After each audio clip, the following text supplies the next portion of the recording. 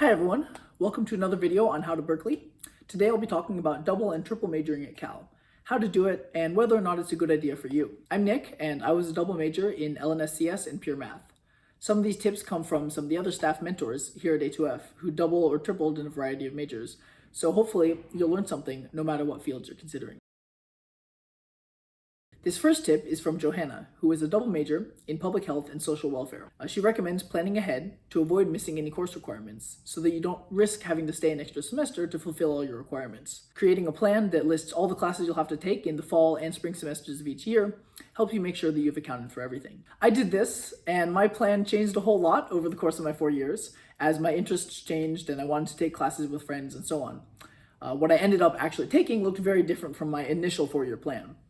But it was still helpful to always have that peace of mind that things from here on are planned out so that I was sure I wouldn't forget any requirements. How should you schedule your classes? This is some advice from John, who is a triple major in math, CS, and physics. When you schedule your classes, try to overlap as much as you can.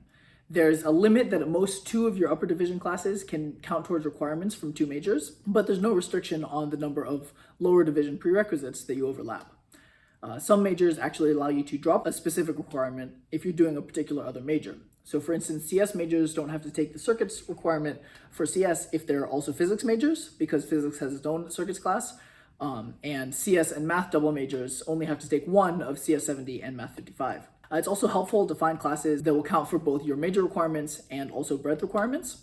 So for instance, there's logic classes that count as math major requirements and also fulfill the philosophy breadth. You should also double check with your counselor about whether there's any requirements you could skip out of because of AP tests or previous classes you've taken. Finally, it's helpful to ask around to get a feel for what the harder classes are like and to spread them out across different semesters, such as having just one hard class per semester.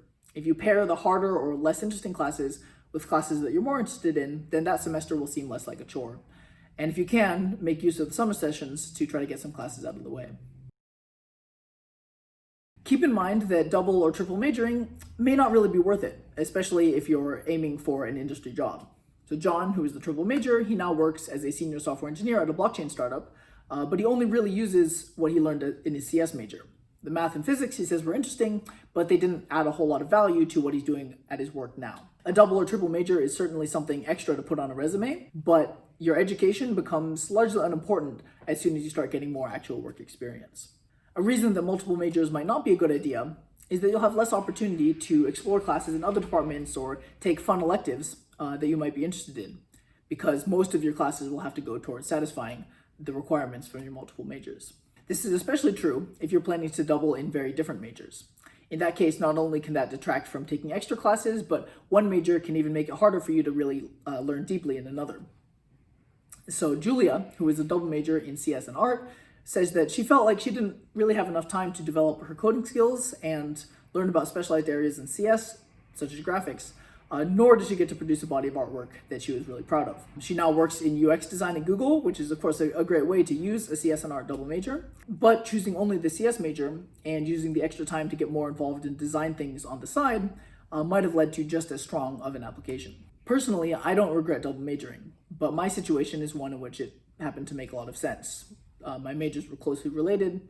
I use both of them in my current field, which is research and theoretical computer science. I was able to schedule in my requirements and take some fun classes on the side, though not as many as I would have liked. And perhaps most importantly, I just really like both of those subjects. Of course, ultimately, the decision is very specific to every person. If you're considering double majoring or have questions about scheduling, feel free to leave a comment below and describe your specific situation. Or you can sign up for the Bear Pair program, where you'll get matched with a current Cal student or recent graduate who can answer your questions about Berkeley, including about choosing majors and planning classes. That's it for now. I'll see you in the next video.